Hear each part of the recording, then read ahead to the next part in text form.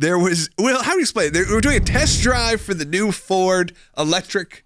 The Ford Lightning, yes. The so electric it's the truck. F-150 Lightning, and Ford has been doing a big push and rollout for this. Actually, today they're going to unveil it. Yesterday was in like the auto camouflage they do when they're still in the testing phases of vehicles. So they had President Biden in the front seat showing him how it works. He can gun it and go 0 to 60 in a few seconds. Pretty impressive electric truck.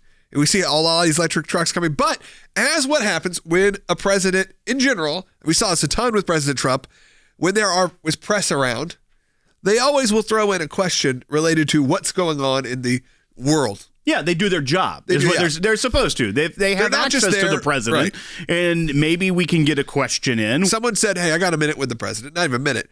A second with the president.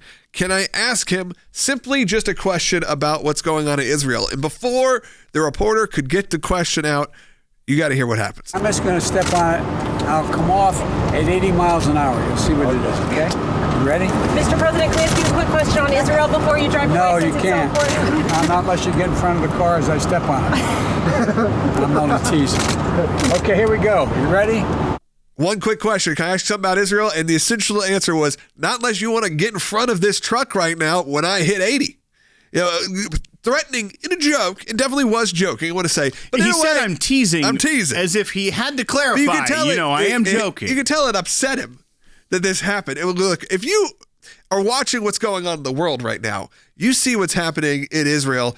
The U.S. isn't, regardless if you think we're not involved, we are involved in this. So it was a question that should have been answered. Look, every president has their own ways of diffusing these. Sometimes we like those ways, sometimes we don't. But here's what we should care about. A terrorist organization is attacking one of our strongest allies in the world. And the president of the United States, Logan, that is the person who can do the most from a U.S. perspective to diffuse that. He should have answered it. And quite frankly, he should have done a lot more over the last 10 days. That's what we should all care about. Remember that Hamas is a designated foreign terrorist organization by the United States State Department. Yeah. It's not like this is a new thing. This is since 1997. So this isn't some new group that came out of nowhere or a government that is launching rockets at the state of Israel. This has been going on a long time. And the fact that they are launching rockets, Hamas is saying, hey, we will maybe consider a ceasefire if Israel agrees to conditions. So they're extorting the Israeli government to some degree by saying, you have to do this and then we'll stop our rocket attacks. But then the president on a phone call this morning with Prime Minister Bibi Netanyahu said that he expected a significant de-escalation today on the path to a ceasefire.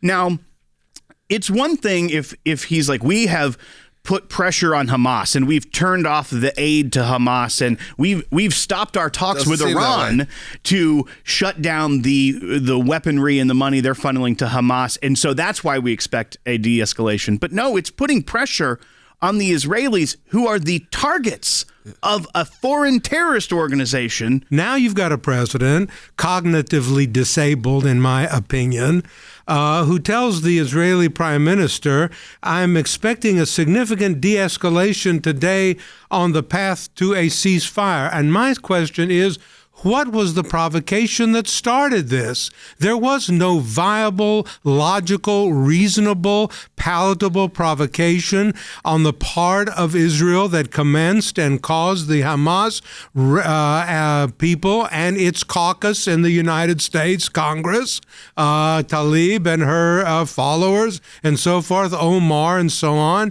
to take the position that Israel took was to defend itself. If that had happened to Washington or to New York, as Israeli Prime Minister Netanyahu said, we knew, quote, I'm quoting, damn well, close quote, that the United States would have retaliated. And the same thing is happening. Israel is defending itself and has the right to do that. I wouldn't de-escalate 1 minute. In under a year, 6 months, to have the Middle East go back to how it was 4 years ago, 6 years ago, where it just seems like there's chaos.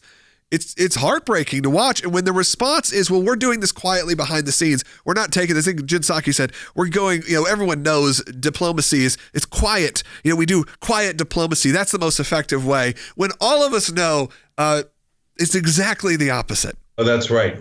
One of the things that we did in the Trump administration that was really important is we spoke the truth and we said it out loud. We didn't make claims that we weren't prepared to defend. When we drew a line, we meant it. Meant we drew perhaps fewer lines in some cases, but we were going to lock into it, and we were going to deliver really good outcomes. When we said Qasem Soleimani is threatening Americans, we took him off the map.